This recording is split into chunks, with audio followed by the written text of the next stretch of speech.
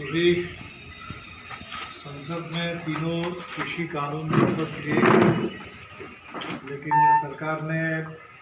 जिस तरह से कानूनों को थोपा था बिना बहस और बिना वोटिंग, वापस भी उसी तरह से लिया गया। और उसमें जो सरकार ने बयान दिया है वापसी के लिए, उससे लगता है कि कोई किसानों के लिए सरकार कोई एहसान कर रही है। पहली बात तो मुझे लगता है कि कानून बिल्कुल गलत थे और सरकार जो पीछे हटा, और अब जो किसानों की मांग है कि बाकायदा किसानों से वार्ता हो, और जो बाकी लंबित मांगे हैं, मसलन एमएसपी की गारंटी, अभी जितने मुकदमे हुए थे किसानों पर, सभी मुकदमों की वापसी,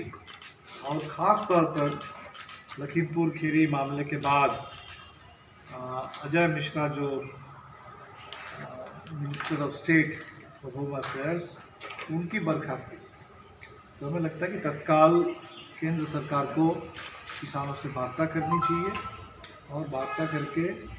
जो प्रक्रिया शुरू हुई है इसको आगे बढ़ाना चाहिए। इसमें बिहार के लिए भी एक बड़ा संदेश है, क्योंकि जब केंद्र में ये कानून पारित हुआ उस समय नीतीश जी ने कहा था कि बिहार ने सबसे पहले काम किया, और ये बात सही है कि सबसे पहले मंडियों को बिहार में ख़त्म किया। और इस बार चुनाव में किसान आंदोलन में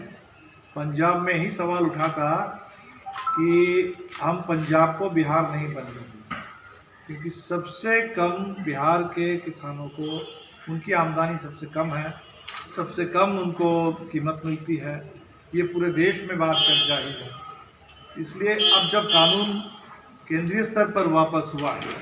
तो हमें लगता है कि नीतीश जी को भी बिना देर किए बिहार के अंदर एपीएमसी को फिर से बहाल करना चाहिए, मंडियों को बहाल करना चाहिए और एमएसपी की गारंटी करनी चाहिए। तो एक तो ये पहला सवाल है जो विधानसभा में भी उठे हैं और पूरे बिहार में उस पर आंदोलन अब तेज हुआ। दूसरा, अभी जो नीति आयोग की रिपोर्ट आई और उसमें पॉवर्टी इंडेक्स में ये पाया गया कि बिहार सबसे पीछे है, 50% से ज़्यादा गरीबी बिहार में अंदर है।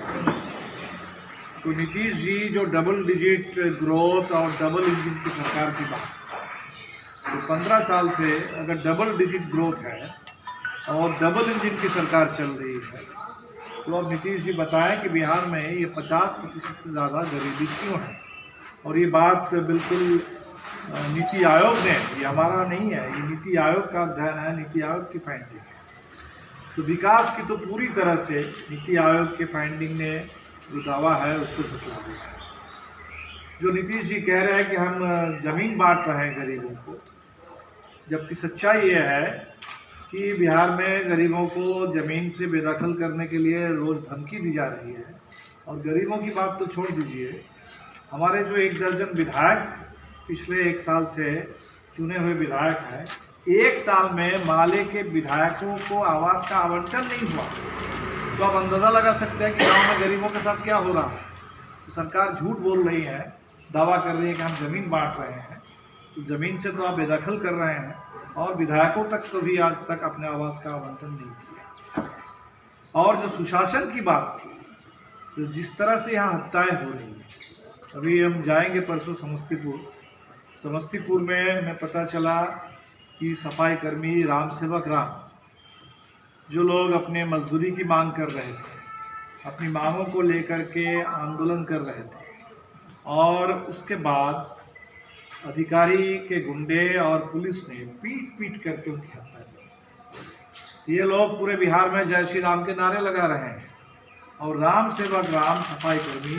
उनकी हत्या हो रही है। सुपौल में जोगेश पासवान जी, जो हमारे चौकीदार संघ के पुराने नेता, सोए हुए अवस्था में उनकी हत्या कर दी गई। तो बिहार के लगभग हर जिले में इस समय पूरे अपराधियों का बोलबाला है। दलितों पर, गरीबों पर, नेताओं पर, आम ईमानदार नागरिकों पर लगातार हमले हो रहे हैं, उनकी हत्या हो रही है। तो जो सुशासन का दावा था वो भी पूरी तरह से आप फेल साबित हो। इसीलिए हमें लगता है कि विधानसभा में तो बातें उठ रही है, लेकिन विधानसभा में सरकार भाग रही है, लेकिन जनता सरकार को भागने नहीं देगी और बिहार सरकार से बिल्कुल हिसाब लिया जाए। आज़ादी के 75 साल जो पूरे हुए हैं, तो इस मौके पर हमने पिछले दिनों बटुकेश्वर दत्त जी की जयंती के मौके पर बिहार पटना से अभियान की शुरुआत की और कल बत्तख मियाँ की बरसी है, मोतिहारी में एक बड़ा कार्यक्रम होगा और ये साल भर ये कार्यक्रम बिहार में ये जारी रहेगा। अभी 26 तारीख को संविधान दिवस के मौके पर मोदी जी ने संविधान के नाम पर और बाबा साहब का नाम लेते हुए एक तरह से संविधान पर फिर से हमला किया। संविधान की आत्मा है, संविधान में जो नागरिकों के लिए मौलिक अधिकार की बात कही गई, ये है हमारे संविधान की मूल आत्मा। और मोदी जी ने कहा कि ये गलत हुआ कि ज़्यादा अधिकारों पर जोर दिया गया, जबकि कर्तव्य पर जोर होना चाहिए और सब नागरिक अपना कर्तव्य निभाएं तो अधिकार के अपने आप गारंटी है। तो हमें लगता है कि इसको हम सबको याद है, ये जो कर्तव्य की बात है वो आपातकाल के दरमियान संविधान संशोधन करके इंदिरा गांधी ने उस दौर में संविधान के अंदर ये फंडामेंटल ड्यूटीज़ इसको शामिल किया गया। तो मोदी जी आपातकाल से प्रेरणा लेते हैं, अघोषित आपातकाल चला रहे हैं और इसीलिए संविधान के मामले में भी उन्होंने ड्यूटीज़ को राइट्स के ऊपर कहते हुए हमें लगता है कि पूरे देश में संविधान की आत्मा पर एक ज़बरदस्त चोट उन्होंने की। इसीलिए इससे भी देश के किसान और देश के नौजवान तो ज़रूर इसको दिमाग में रखेंगे, तो लड़ करके अपना अधिकार हासिल करेंगे। अभी उत्तर प्रदेश चुनाव के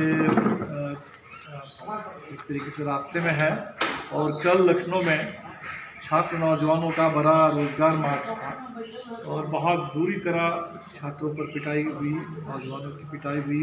उनकी गिरफ्तारी हुई। और जाहिर सी बात है कि बिहार में जिस तरह से बिहार के नौजवानों ने रोज़गार को सबसे बड़ा मुद्दा बना दिया था, अब उत्तर प्रदेश के चुनाव में उत्तर प्रदेश के नौजवान भी इसी तरह जब रोज़गार का मुद्दा बना रहे हैं तो योगी सरकार अभी डरी हुई है और इसीलिए डर के चलते छात्रों पर पिटाई हो रही है।